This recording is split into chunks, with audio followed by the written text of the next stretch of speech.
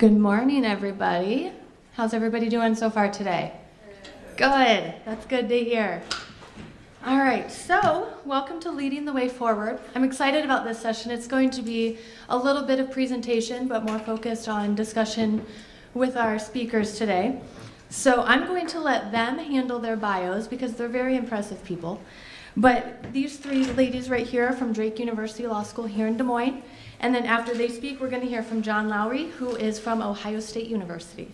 So I'm going to let them take over, and we'll get started. Thank you so much, Lee. As Lee mentioned, we are all students at Drake University. Thank you. Let's see if we got this. Oh. Sorry, just 1 second.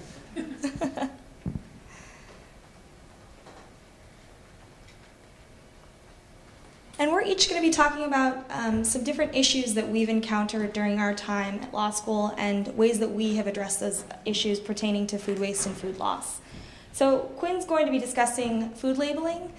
She has an undergraduate degree in food science. Katilin's going to be discussing regulations. She has a forthcoming piece to be published in Drake's Agricultural Law Journal, and it's all about food recovery and regulations.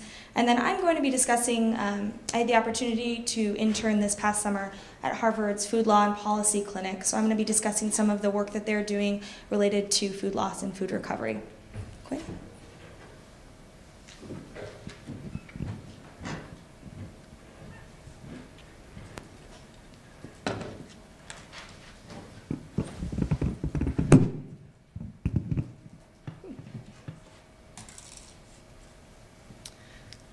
All right, so thank you, Tess, for that great introduction.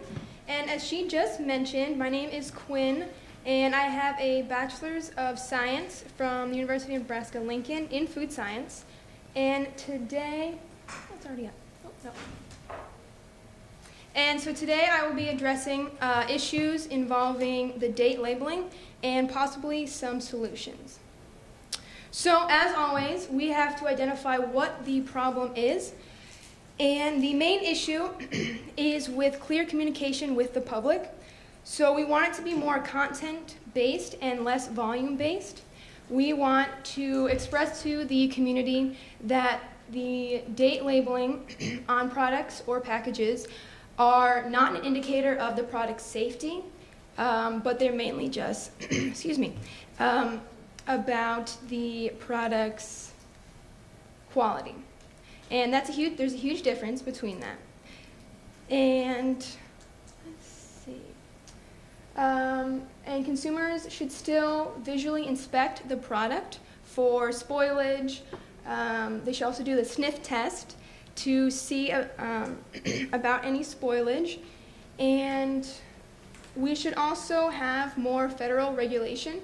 So as of 2016, federal law did not require product dating.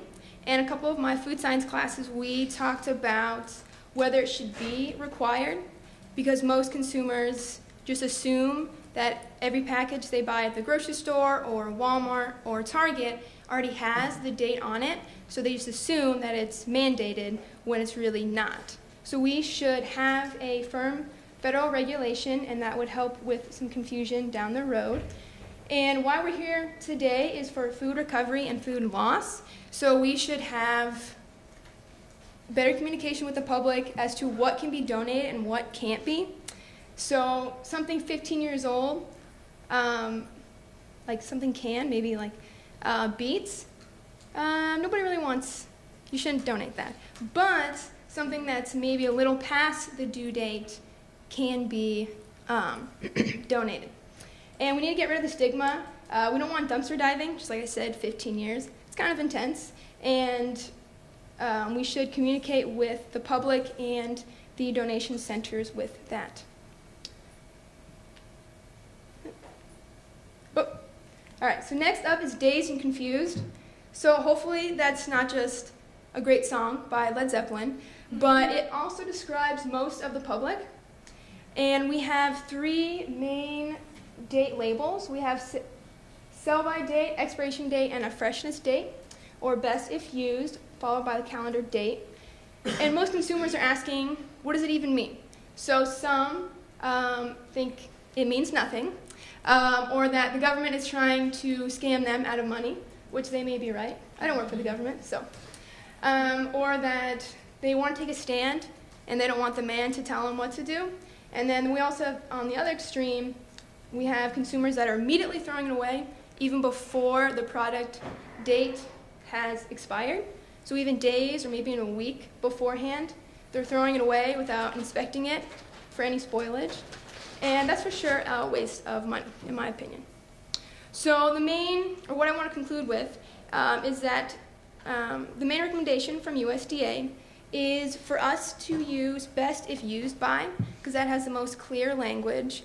And back in 2016, there was a proposed bill called the Food Date Labeling Act, and they recommended best if used by for most products, and then expires on for perishables like meat, poultry, and fish, because they have a higher rate of spoilage. And I recommend this as well because it has the clearest language, and the consumers will no longer be dazed and confused, and we can give that title back to Led Zeppelin. So that is it. Thank you so much, and I will hand it off to Katilin. 1 second. There we go.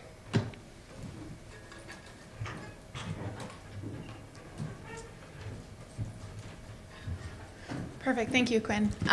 Like Tess said, my name is Katilin Gines. I am on the editorial board for the Drake Journal of Agricultural Law. That journal focuses on contemporary agricultural and food law issues. And my upcoming note, which is an article, it just designates that it's being published while I'm a student, is focusing on food waste and how we can fix some of the food waste problems through regulations. And I really focus on 3 different levels of food loss and specific regulations that we can use to combat those levels of food loss. I personally became interested in food loss and how to recover food after I lived in Uruguay for 1.5 years. It's an incredible country, but a lot of people just don't have access to food. And it was really difficult sometimes to work with these people down in Uruguay and see that, you know, they would give anything to give me a guest in their home something to eat, and I knew that they would probably not eat the rest of that day because of it. So it made me interested because when I got back to the United States, I started looking at my own habits with my family and was like, wow, we throw so much food away. So that's kind of how I got into this, and that's why I wrote this note. And the focus is on a national level and national regulations versus state, because each state varies. And I think that the better fix would be on a national level. So yeah, here we go. So our first level of food loss is the farm to retail loss.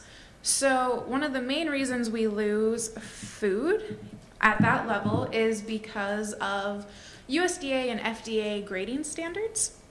The farmers will see produce that just doesn't look picture perfect. It's not that perfect round red apple with no blemishes. So they'll leave it in the trees or they'll leave it in the fields. And because of that, we lose a lot of the food. You also can lose food on this level because of spills, damage that happens while you're transporting food. Also from equipment failure. I mean, we often see news stories about trucks that tip over and food goes everywhere. So that's how we lose some of this food. The regulatory fix that I propose is that we relax the grading standards so that we can embrace the ugly food movement, which was kicked off by Whole Foods, but locally in the Midwest, Hy-Vee, as of about a year ago, has also embraced this. It's the idea that they will accept the food that doesn't perfectly fit those USDA grading standards. And if we can relax those standards, we're gonna help society in general change their mind over what a perfect piece of fruit is. The problem is the stigma is oftentimes if we have an apple that isn't perfect, it has blemishes, people assume it's unsafe to eat, which is often not the case. So by relaxing those standards, we can help reduce food loss on the farm to retail level. Our next level is retail food loss. This is one that we are all familiar with. Overstocking is our main source of food loss here. And I mean, we see it for every holiday, right? The day after Halloween, candy goes on sale because they brought way too much in and they're trying to get rid of it before it goes bad. This is particularly problematic in November and December during the main holiday season. You also find food loss on this level with inadequate storage facilities, and then when food gets damaged as well. Everybody has seen the bins in the grocery stores with the dents in the can. A lot of times consumers, even though they're discounted because they appear damaged, just won't buy them because they don't think it's safe because of the damaged appearance. So for this level, our regulatory fix is to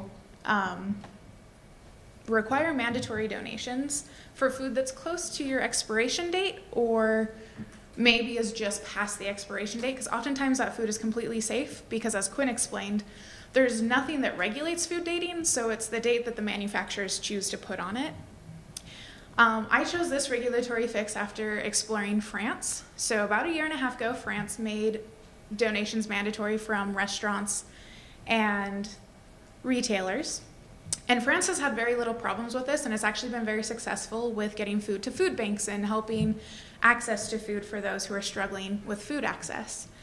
And one of the biggest concerns that can come up with this is the liability issue.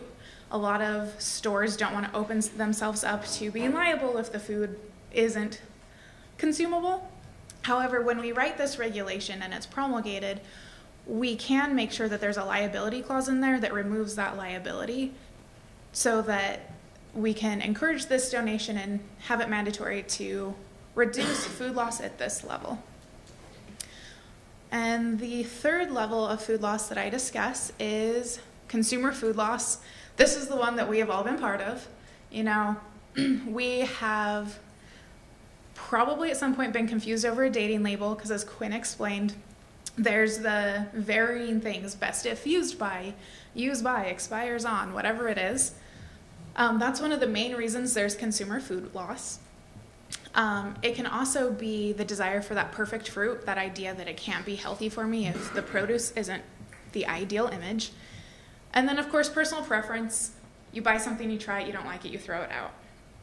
Unfortunately, we can't change people's preferences, so you can't really fix that one. However, the regulatory fix for this would be mandating the food labels. Currently, the only thing that is required to have a date on it is formula for infants, but everything else, it's up to the manufacturer's discretion as to the date they put on there. They don't even require testing when they're determining that date. Some manufacturers, of course, do testing because they want their product to be consumable, but with this, after looking through the various options that we have, and as Quinn mentioned, the USDA does recommend best if used by. I still think that that is not the greatest solution because you're still saying best if used by, so there could be some confusion of, is it still going to be usable after? Is it just not the best quality? So I am a proponent of using expires on, because for the consumer, that's the most clear. They're gonna know that they shouldn't be using the food after that date. It does put a lot of pressure onto the manufacturers to make sure that they know when their food is expiring, but on this level, we're focusing on the consumer and we want it to be clear for the consumer. So that is the regulation that I think would be best for fixing our food loss on the consumer level. Like I said, this is a note that's going to be published in the Drake Journal of Agricultural Law. It's forthcoming summer 2019. If you have any questions about the journal or about my topic at all afterwards, you can definitely let me know. And I'm going to turn the time over to Tess.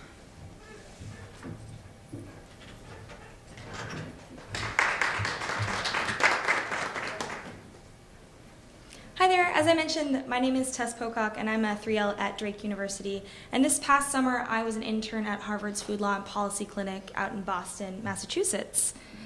And just to give you a little bit of background on the clinic, the Food Law and Policy Clinic is part of the Center for Health Law and Policy Innovation of Harvard Law School, and it's really the first clinic of its kind in the country. The clinic educates law students about how law and policy can impact our entire food system. And it really provides guidance to a range of clients, state, local, federal government, as well as nonprofits and for-profit businesses. The clinic's main areas of focus are sustainable food production, community food system planning, food access and nutrition, as well as reducing food waste. And reducing food waste has really been the clinic's bread and butter over the past 10 years.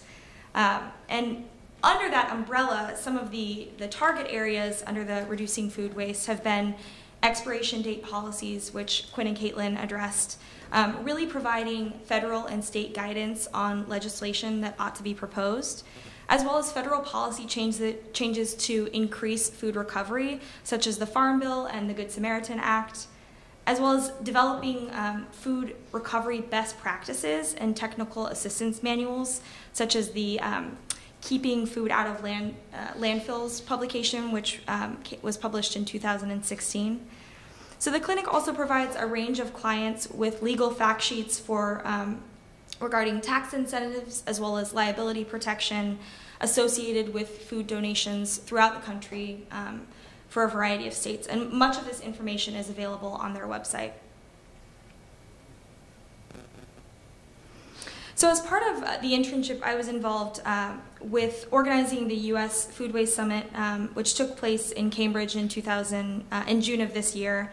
And much like this summit, the U.S. Food Waste Summit convened leading food business policymakers, innovators, investors, foundations, and nonprofits to really explore the emerging opportunities for food waste prevention, recovery, and recycling. And just a few of the biggest takeaways from that summit was this dissatisfaction with the language surrounding food waste, because it places blame on individuals within the supply chain, as well as having representation from all stakeholders. I heard over and over again, we need more farmers at the table. We need more individual recipients of food donations at the table to be discussing this entire process. And then, of course, the science of date labels. Right now, they're completely arbitrary, and really getting science behind date labels will help to eliminate a lot of the confusion surrounding.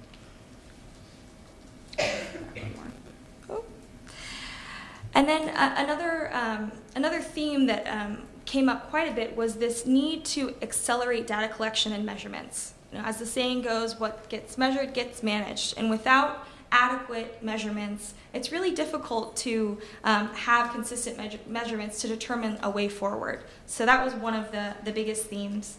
And of course, prioritizing prevention. You know, there's a lot of focus on the donation side when really we should probably be focusing a lot of attention on prevention of food loss.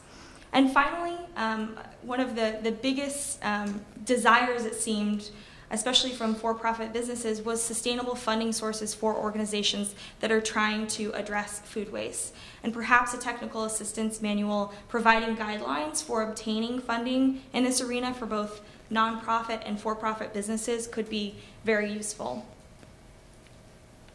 So a couple of years ago, the Farm Bill Law Enterprise was started by the clinic. And this was really the clinic's brainchild, but it brought together individuals from a host of law schools throughout the country, ultimately working toward a farm bill that reflects the long-term needs of our society. And in May of 2018, May of this year, FLPC published Opportunities to Reduce Food Waste in the 2018 Farm Bill. And in that report, it identified 17 opportunities to improve food loss efforts in the Farm Bill. And for those of you that are not following the Farm Bill or unfamiliar with it, the current Farm Bill expires on September 30th. And right now we're at conference, so we're not quite sure what's going to turn out in the final draft. But some of the recommendations that the clinic presented for food waste prevention was providing grant funding for new technologies to slow spoilage, for food recovery, expanding federal tax incentives for food donations, and strengthening the Bill Emerson Good Samaritan Food Donation Act. And for food waste recycling, one of the recommendations was providing grants and loans for the development of composting and anaerobic digestion infrastructure. And finally, for food waste reduction coordination, creating an Office of Food Waste Reduction or a food waste coordinator position with the USDA. These were all some of the policy recommendations that the clinic came up with to sort of push the Farm Bill in the right direction to address food waste. Interestingly, for the first time in Farm Bill history, both the House and Senate initial drafts of the Farm Bill mention the phrase food waste. So this is considered major progress in the field because it means that policymakers are paying attention to the need to address food waste. And while many of the recommendations that came out of this report didn't come to fruition in the most recent draft of the bill, there were multiple initiatives in the Senate version that really do move in the right direction. For example, in the Senate most recent draft, there's a study on food waste, I think $10 million put towards a study on food waste. There's a pilot project to support state and local composting and food waste reduction plans. There's a grant resources for food recovery infrastructure investments, as well as spoilage prevention initiatives, and a host of other really great, really fantastic things that are moving in the right direction. And as I mentioned, as of September 5th, the House and the Senate were still working to reconcile their versions of the Farm Bill, so we don't have a final draft yet. And I just wanted to provide a couple of resources that might be of interest to you. We're all students at Drake Law School, and there are some resources that business people, nonprofits can connect with Drake Law School as a resource. Caitlin briefly mentioned the Drake Journal of Agricultural Law. The journal really aims to provide a forum to explore contemporary issues in international and domestic agricultural law. And it publishes articles not only from judges and attorneys, but as well as industry professionals. So we would welcome any submissions surrounding the topic of food loss and food waste and food recovery. So if that's something that you've been thinking about or you're interested in, talk to Caitlin after this and write down the submissions and submission information. And finally, the Drake Entrepreneurial Transactional Law Clinic. This clinic provides legal services to not only nonprofits, but also for-profits and entrepreneurs who have business startups and ideas, who need organizational documents drafted, like bylaws and articles of incorporation. So if you're thinking about a startup that has to do with food waste, think about using the clinic as a resource. Thank you.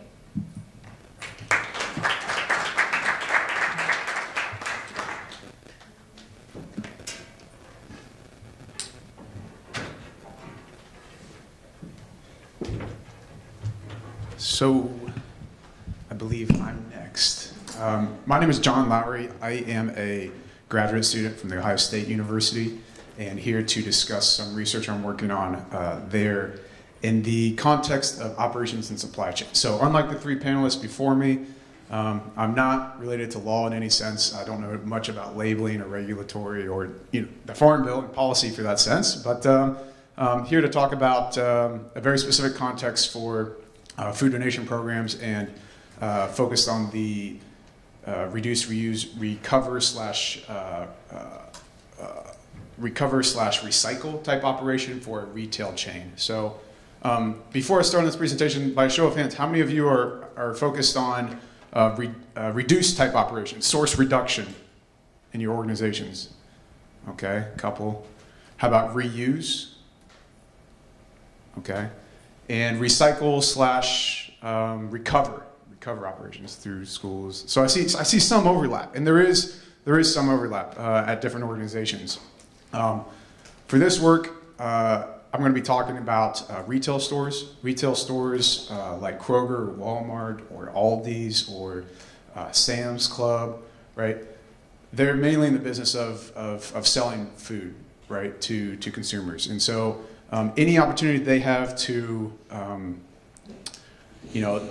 reuse or recover excess food through this network of food banks, and I'm going to talk a little bit about Feeding America and their pantries involved, is considered a corporate social responsibility opportunity, right? And so it's not in their core corporate competency that they embark on this, but it is an ancillary objective for these major retail chains. And so this work really looks at what is the optimal or the opportunity for these nonprofit organizations like the food bank and the pantries to come in and work with these major retail chains to recover more food from retail. And toward that end, I want to make a basic a comment. My background is science. So like Quinn, I studied food science at graduate school at Ohio State, and have made the transition into business through a business program. I worked in a spice and seasonings company in R&D previously, and then worked at a large CPG company, managing as an associate brand manager, managing an adult nutritional supplement. In that context, worked at retail really to achieve pull-through sales of our product, and I got the opportunity to interact with people at Walmart, at Kroger, at these major retail brands, and talk about their internal operations and external operations with their manufacturers, like Abbott Nutrition, which is where I was. And in terms of food waste in a global conversation, what I found was that from a scientific inspiration, was that structure really dictates function. Function being use more so. So I've heard at this conference a couple questions relating to, why can't we recover more food from manufacturers? Why can't we recover more food from these other avenues? Well, basically, the answer is that the food that you receive at these manufacturing facilities, at these other outlets besides retail, is not in a palatable kind of consumer-ready form, right? So it's not really a question of recovering that kind of food, because that requires that manufacturer to have an additional capability, the capability to convert food scraps into a palatable consumer packaged good.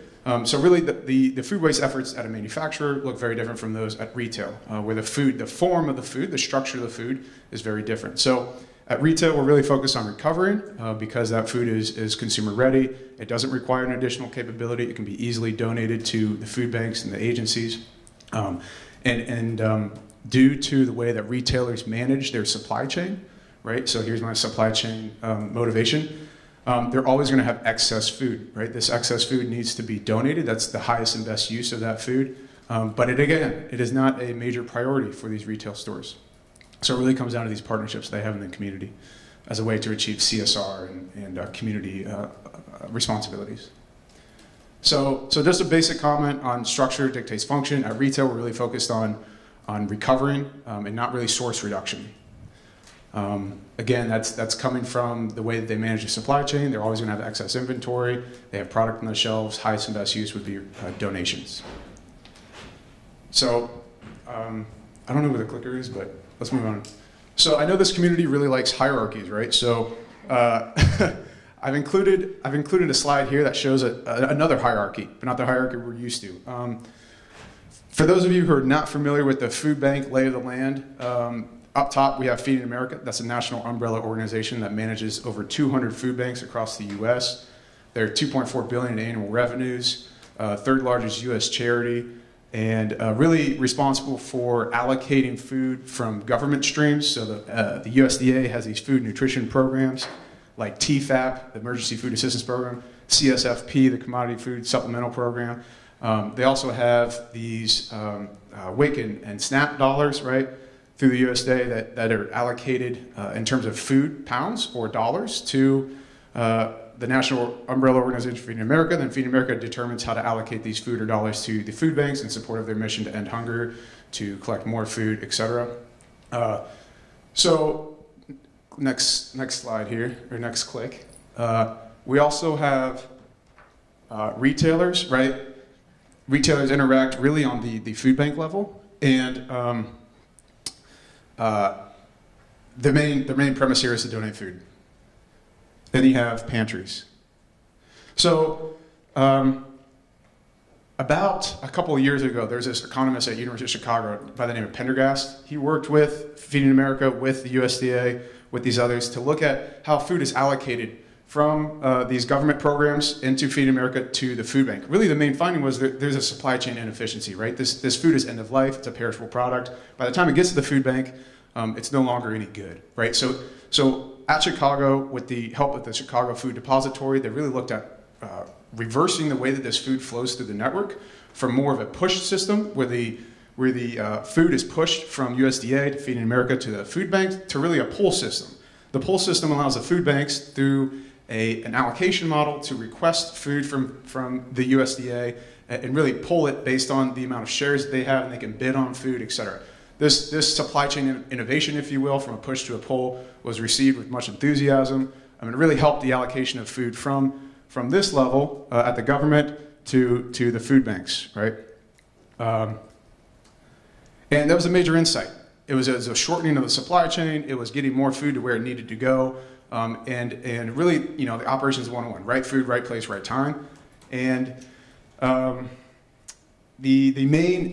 main insight of this work was that it allows the food bank to use their own calculations on the marginal cost of these foods, right? So some food banks, Feeding America uses the distinction food poor and food rich environments. So let's say a food bank here in Des Moines with not a lot of retailers around, not a lot of manufacturers around, they have difficulty sourcing donated product, or in a food poor environment. Food banks in Chicago, for instance, or Houston rather, is a better example. The Houston Food Bank has many manufacturers, many retailers, and they're really in a food rich environment. But depending on your classification, whether you're food rich or food poor, you can still have variability in the amount of food types that you have at your food bank. So the food bank in Houston may just naturally have more meat donations, and so therefore an allocation of meat from USDA may not have the same marginal value at Houston Food Bank as it would at Des Moines, where you're not getting those meat donations. And so the Des Moines Food Bank would naturally just order more food from their allocation from this source. So essentially this work of mine looks at what's gaining in popularity at the food bank, a model called agency empowerment or direct retail. The idea is that these member agencies at each of the constituent food banks pull food from retail in a way that shortens the supply chain such that food no longer moves from retail to food bank to agency, but from direct retailer to agency.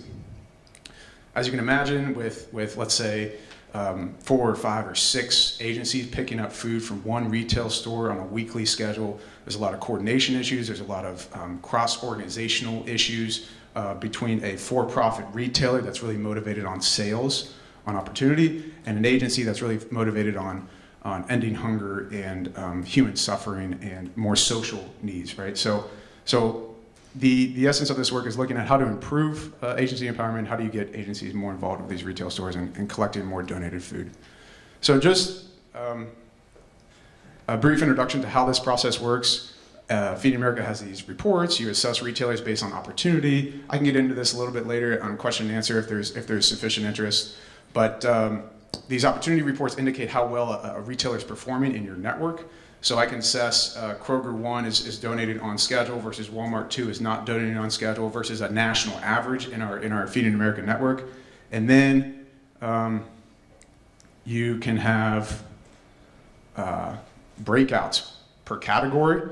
So this shows 2 different stores. One's a lower volume, let's say Aldi's type, and another is a higher volume Walmart's type. And you can tell that the breakout changes dramatically. We're really getting a lot of frozen meats, again, because they're more palatable, they're easier to transport, they're easier to get in the network for both retailers. And then at the onset of agency empowerment, what we're finding is you're getting a lot more perishable goods. As these agencies go in more frequently, these stores are a lot more able, if you will, to donate these perishable products, produce, dairy, non-food items even. So you're seeing a lot more colors here on the right at the start of agency empowerment. Same story goes for this larger retail store. You see a little bit more green as you enable the agencies to go there more frequently. They're picking up more often. There's a greater communication between the agencies and the retail stores in terms of need. It's this whole idea from the economist model. The local agencies are telling the retail stores that, hey, we need more produce. We're in a food poor environment. We need this product. We need this product. Will you donate to us? And so the findings that we found from Pendergast and the economist model, from Feeding America and the USDA also hold true kind of on a more localized approach with the food banks and the retail stores enabling agencies to go in and pick up more food.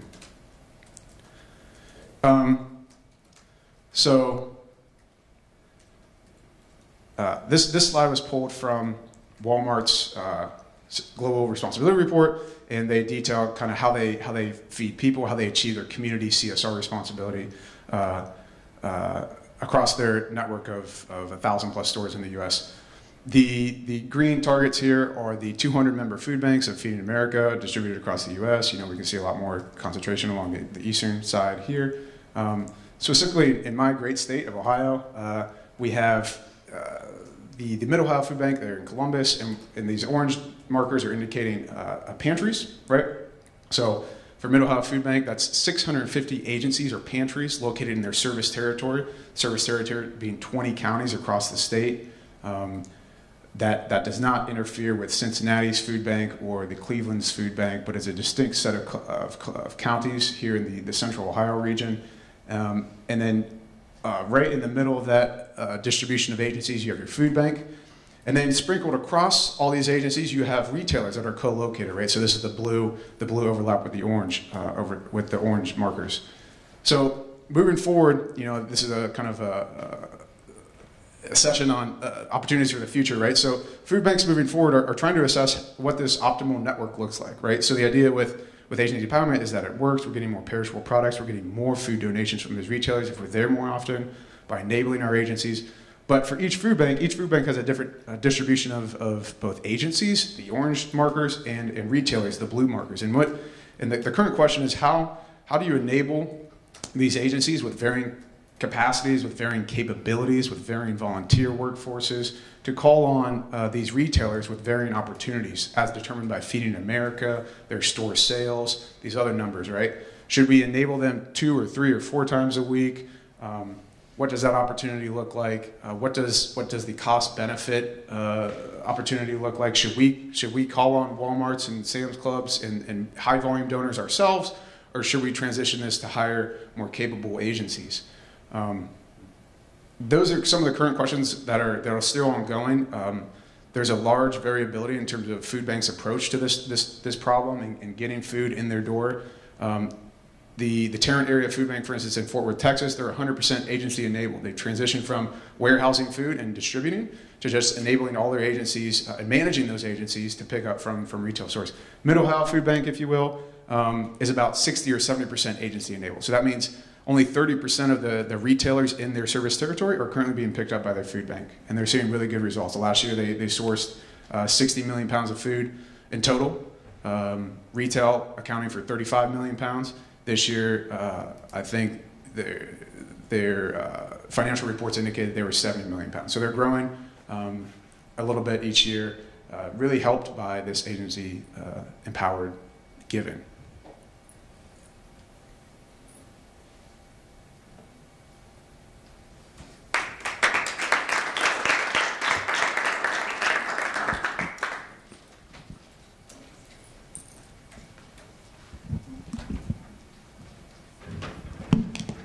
Thank you to all of our speakers that were able to be here.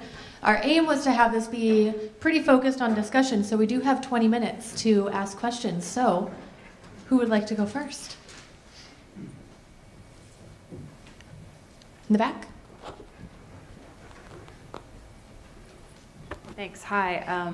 Appreciate your presentations. Just wondering, I'm not sure who to direct it to from the kind of the Drake side, but one of the, I'm from GAO, it's a federal agency that we're the watchdog of Congress, and we've been doing a report actually on food loss and waste that will probably come out in January or February of next year. But one of the areas of feedback that we've been hearing from different stakeholders in this space is that the infrastructure of getting the connection between those who can donate, where the food is available, to the actual receiving end of the side, so the food pantries and the food, it's just a very difficult area. It's a big challenge. So if you mandate donations, for example, to use one of your I think fix examples, how do you reconcile that with the pushback from these entities that actually don't have the wherewithal, the resources, the infrastructure to actually get the food from A to B? And is that a consideration, I guess, is what it's not. I'm just kind of playing devil's advocate. It's not like trying to put you on the spot or anything. I'm just curious, like how that plays into the getting a regulatory fix on something like this. Yeah, so for the purpose of my note, I was doing the broad regulatory fixes, but I think that they are considerations that need to be taken into account, and the best way to do that, I think, is through organizations like yours and getting this feedback and trying to find the fix. I don't know I don't know how to fix that problem with the connection between those who can donate and those who can accept it. I know that I would look to France and see how they have addressed that, because their system has been in place for about 1.5 years now, and it has been successful. As of yet, they don't have any official reports on how they fixed those problems. So at this point, I don't have a great answer for you. And mine was more just focused on trying to get something in place that we can start with, because if you know anything about Congress, it takes a while to get anything through, but if we can get a regulation on an administrative level, then we are able to hopefully get some more support from Congress and get funding and figure out how to fix these problems that you just addressed.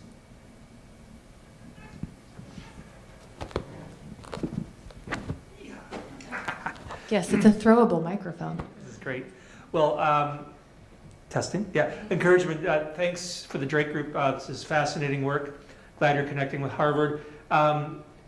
You talk about mandatory versus voluntary and some issues at the field level. One area I'd encourage you to look at, I was surprised that marketing orders are under federal jurisdiction and oftentimes can be addressed administratively.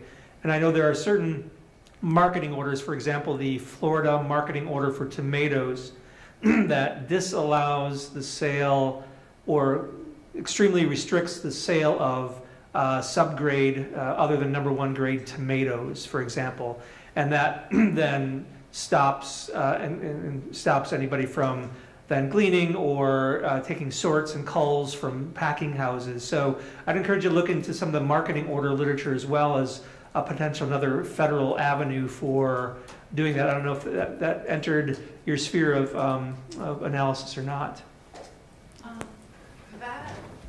Thank you so much. That had not entered my sphere of analysis as of yet. My note is still forthcoming, so I'm still working on fixing it and fleshing out my ideas a little bit more. So thank you so much. I will definitely be looking into that, because I had briefly looked into that, but for the purpose of the note, I had gone a little more broad. Mm-hmm. But I will definitely look into that, because I think it's a great avenue as well that's more specific, because that plays into the USDA and FDA grading standards as well.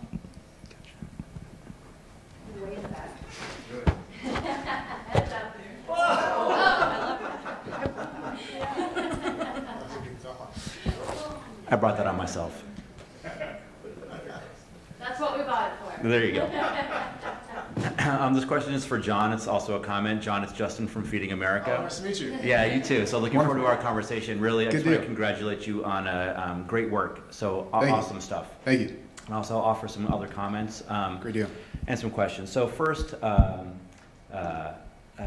across the network, it's really been determined that about 55% of the pounds coming in from retail is agency-enabled pounds, so sourced directly by agencies. Okay. So that's sort of just to sort of dovetail on the work that you're doing. That's one of the things that we're trying to think about as to what food banks are sort of below that 55% benchmark, and then how does that correlate to their retail program performance, and then how indicative of retail performance is that an enabled agency level? But then also, in your work, have you talked to food banks about making that shift? Because also too, I think there is some sort of mindset shifts, and going from, you mentioned, you talked about Tarrant area being 100% enabled and mid-Ohio being like 30%, and sort of changing the roles from being a food sourcer to being a relationship manager. Can you talk a little bit about, in your findings, in your work, did you come across those things and sort of those sort of tangential factors in growing your enabled agency program? Yeah, sure. I appreciate the question. As with anything supply chain related, if you give up control, there's a big risk there. Of course, food banks want to maintain relationships with these large retail partners, these visionary partners of Feeding America. They want to do right by these retailers. Really, food bank visions their pickups as a service provided to these retailers. So you can think of weekly pickups as a service, right? And the food bank is a lot more consistent, a lot more reliable in these service pickups than these agencies. So once these food banks, when you start introducing the conversation of agency empowerment, these food banks immediately think, well, our agencies aren't as reliable. They're not going to service our retailers appropriately. They're not going to be there according to our schedules. They have less control, right?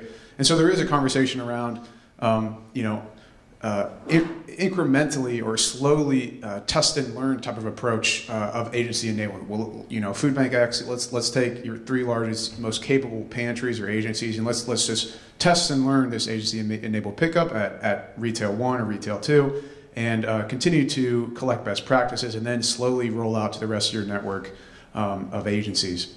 But some food banks, as you know, Tarrant area, some food banks are just naturally forced to adopt this model because of budget restrictions, because in Tarrant area's case, they're having a warehouse issue, and so they couldn't really store and receipt and distribute products through their warehouse, so they're kind of naturally forced to do agency-enabled pickups.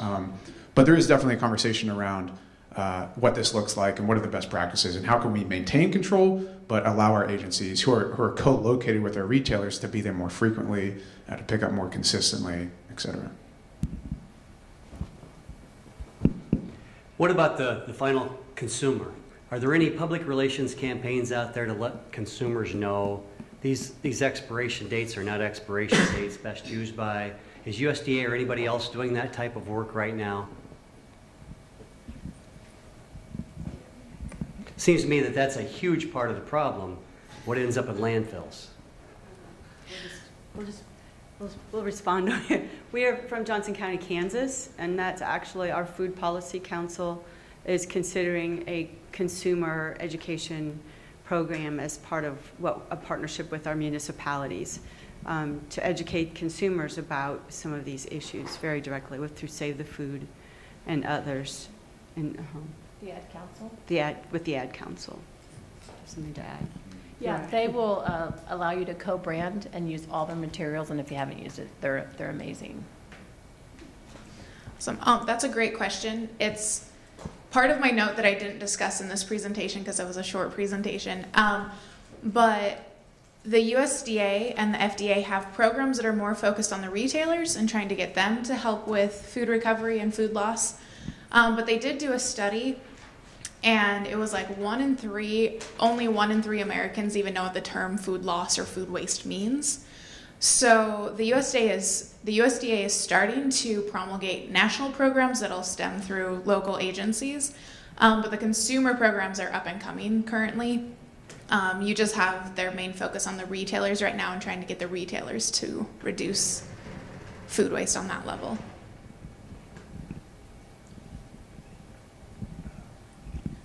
So I can maybe comment on from the retailer's perspective. CSR and community in general is a big push right now, and you'll see Walmart through the Walmart Foundation has a goal by 2030 to reduce food waste in their stores by a certain percentage. Kroger, same goal. I think they have a national zero hunger, zero waste program. I think their goal is zero food waste by 2025, a little bit more aggressive than Walmart. But they have 1,000 stores. In terms of their network. Kroger's, one of the largest retail supermarket chains in the world with 1,000 stores in the U.S. And so they're really heavily trying to get after this, and they know that the regulations are in place. They don't have these capabilities to close loop their supply chain, to reuse.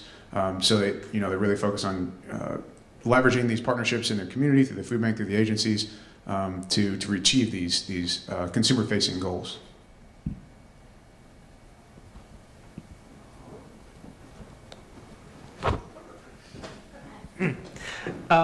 John, getting back to the supply chain issue, I'm trying to think aloud about the issue when there is, and think about the supply chain implications when there's just a bumper crop of produce item A, right?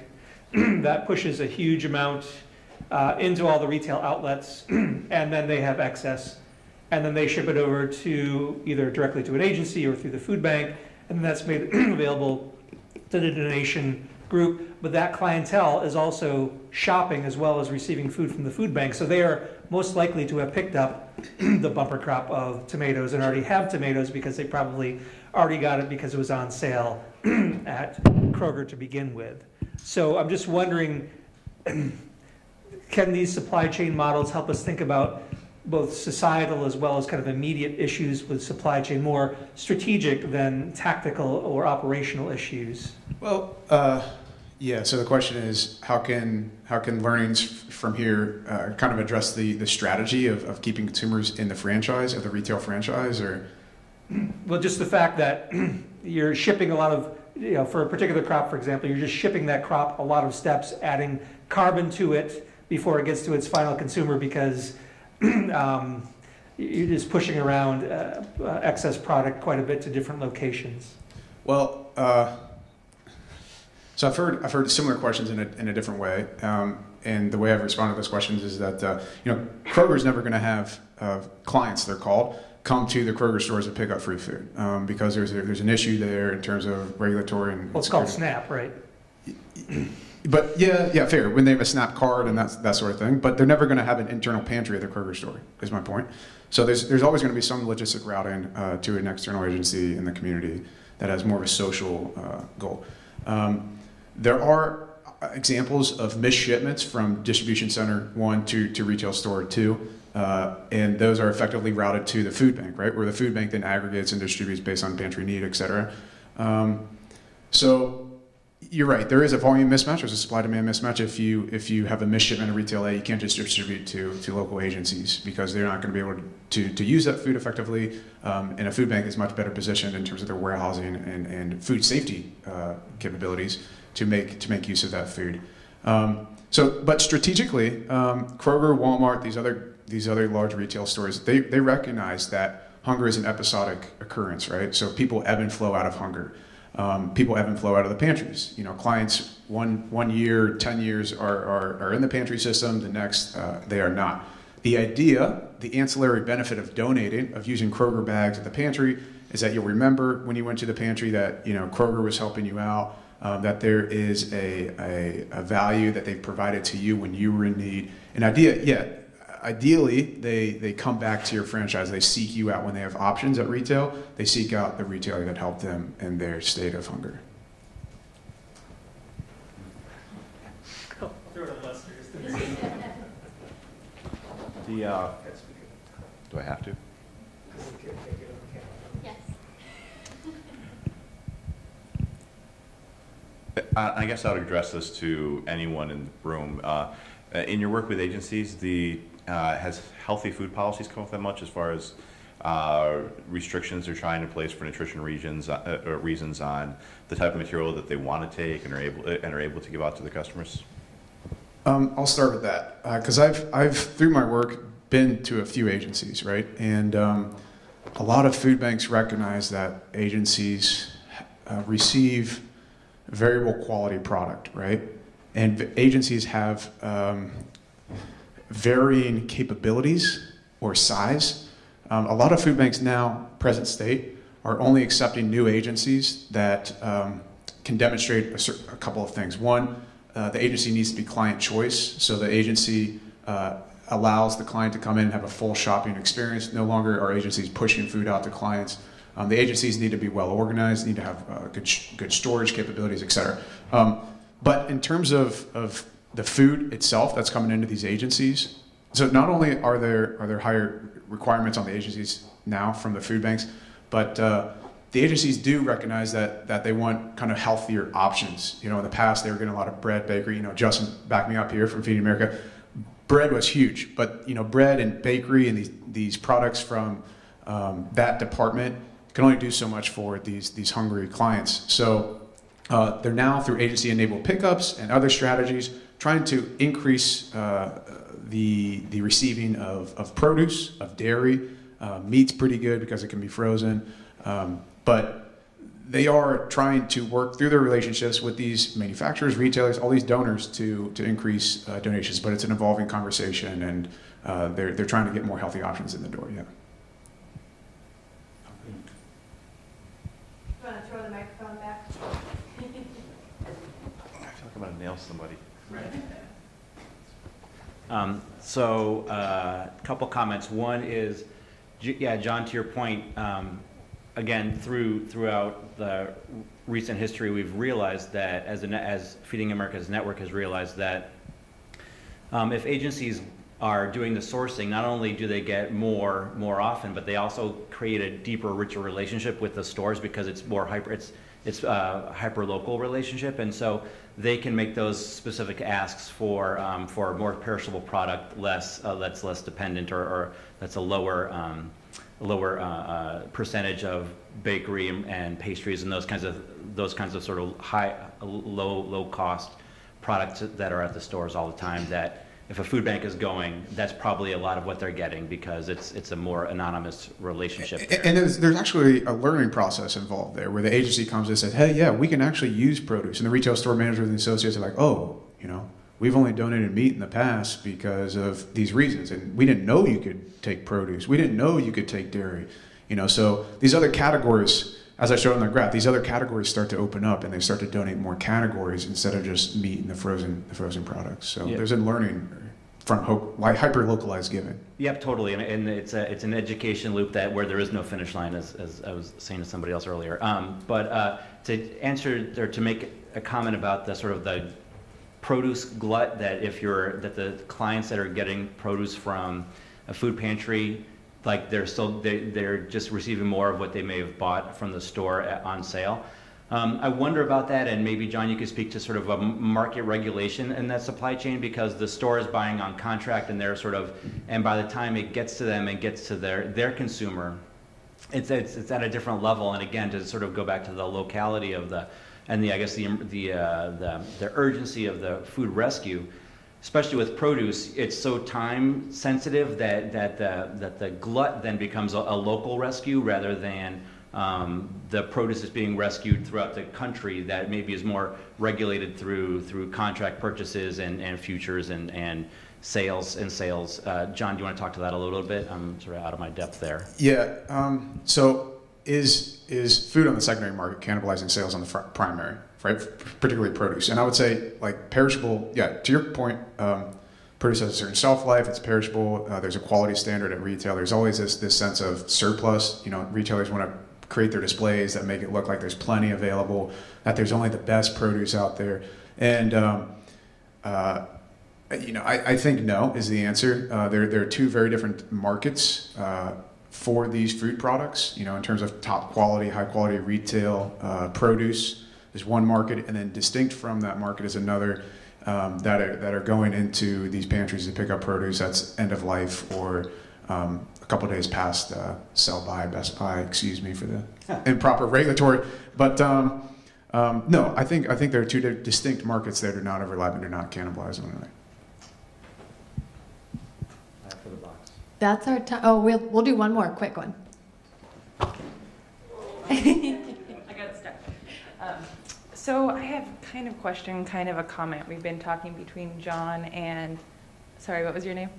Justin, with Feeding America, about the advantage or disadvantage between the warehousing model or the agency-enabled pickup. And something we didn't get brought up yet was the idea of a redistribution organization for Feeding America. We're both from Table to Table Food Rescue in Iowa City, so we're a small local food rescue, but we sort of work in that area between those national Feeding America donors and the food pantries, and are able to do that facilitating. So they still have just the one agency doing the pickups, the one agency to communicate with, but don't have the warehousing step. We're going to talk a little bit more about it tomorrow, but my question was, do you have a lot of those RDOs on, and have you explored expanding that to help solve that problem?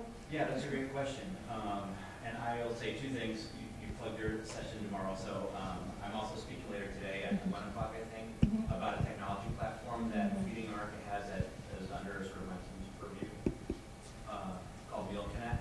That sort of, and actually, it's a great segue from John's presentation, because it really addresses the complexities that adding the enabled agency model sort of brought into our supply chain network, or model.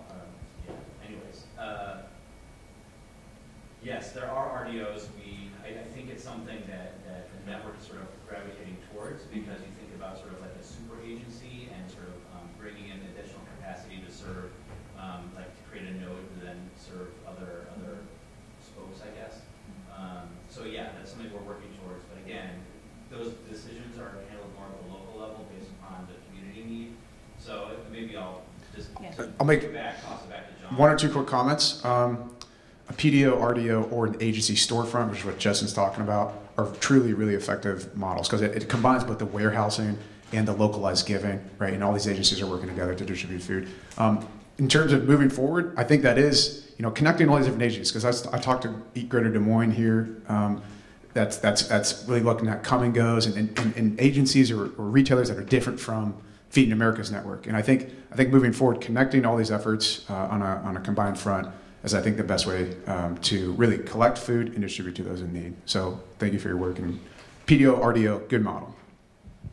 Thanks, everybody. I've got 2 quick comments before we wrap up. If you go into the app and go to this session, you can rate it, give us your comments, tell us your thoughts. Additionally, tonight we have our Saving Scraps cooking competition sponsored by Winnow.